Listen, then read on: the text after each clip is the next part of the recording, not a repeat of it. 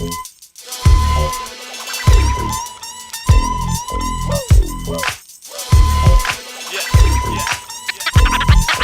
know you're tired of bouncing, so check this here. We got the neck-breaking, club-shaking beat for this year.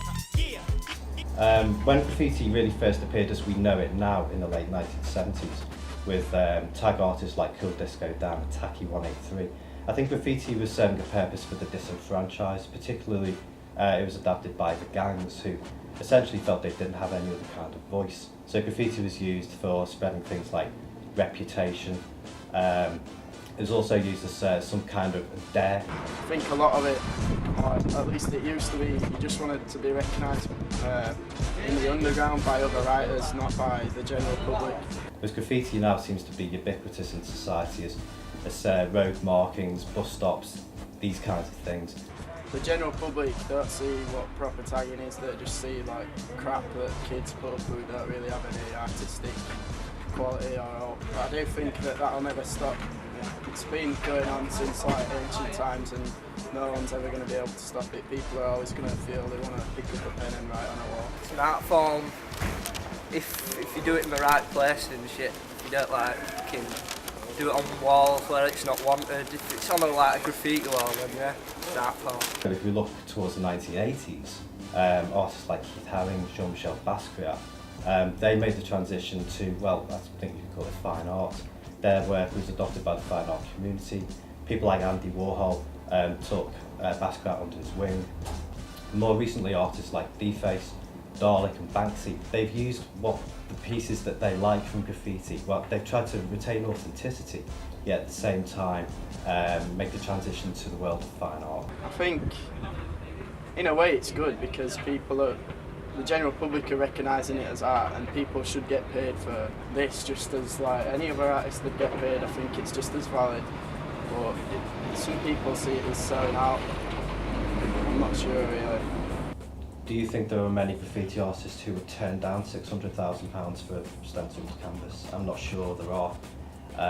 But again, we're going back to the issue of authenticity and the question of, is it still graffiti? Authentic graffiti, if you like, back in the late 70s and 80s was that it was done in places that were difficult to get to. There was some kind of social meaning to what the graffiti artist was saying. I think Banksy's trying to have it both ways, and I think he's succeeding largely. But also Keith Haring, Basquiat, I think they did remain graffiti artists despite making that transition to fine art. And ultimately, I'm sure everyone, well, we all have to make a living, don't we? If they do the whole side of a house and it looks really nice, that's one thing, isn't it? But doing things here and there and everywhere, no.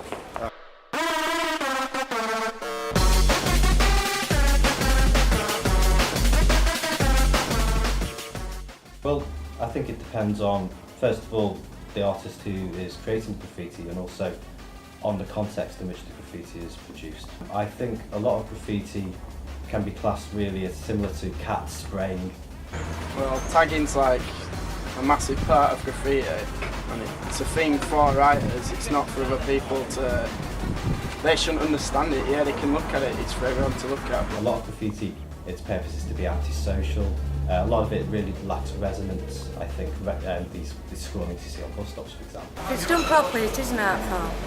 It's when you've got graffiti and it's all your swear words and your initials for gangs, that should be done. I think, yeah, it is valid, but I like more calligraphy and stuff influenced by other art forms. But when it's done, I've seen some in town and they've been brilliant drawings. You know, even letters and everything, they're done precise. If you're looking at defining art as the creative possession of space using intelligence, wit, craft, and also a sense of aesthetic quality, then there is also graffiti that qualifies as art, I think. Certainly someone like Banksy, whose work is very creative, it's stencil oriented but uses a lot of visual puns, the situations are often very inventive. So really, I think it's both.